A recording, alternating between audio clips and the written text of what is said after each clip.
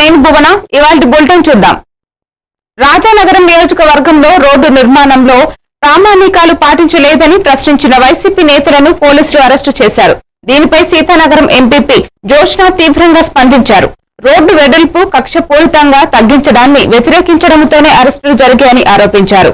Road నిర్మించినా మీ సత్తా చూపించండి, మా సత్తా భయపడి పక్క నియోజకవర్గానికి తీసుకువెళ్లడం పెరిగిపంద చర్య అని మండిపడ్డారు. ప్రజలు కూటమి పాలనను గమనిస్తున్నారని అన్నారు. విషయం జరిగింది. ఎందుకంటే ఇది 4 రోజుల నుంచి కూడా మేము రోడ్డు విషయంలో ధర్నాల్లో నిర్ణయిస్తున్నాం. మొన్న కూడా మా మీద అందరి మీద కూడా కేసులు వేయడం జరిగింది.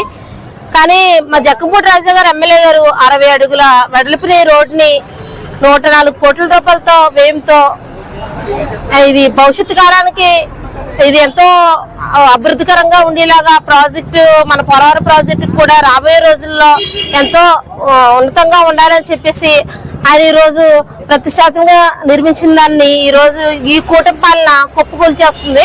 ఎందుకంటే 16 కిలోమీటర్లు ఆల్రెడీ ముగ్గల వరకు వేసేసిన రోడ్డుని ఇంకొక 2 km వేస్తే సరిపోతుంది. 2 km లో కూడా వీళ్ళు ఎంతో విఫలమయ్యారని ఈ రోజు ఈ మీడియా ద్వారా తెలియపరుచుకుంటున్నాం. మొన్న కూడా మేము ఆల్రెడీ ఈ విషయం చెప్పాము.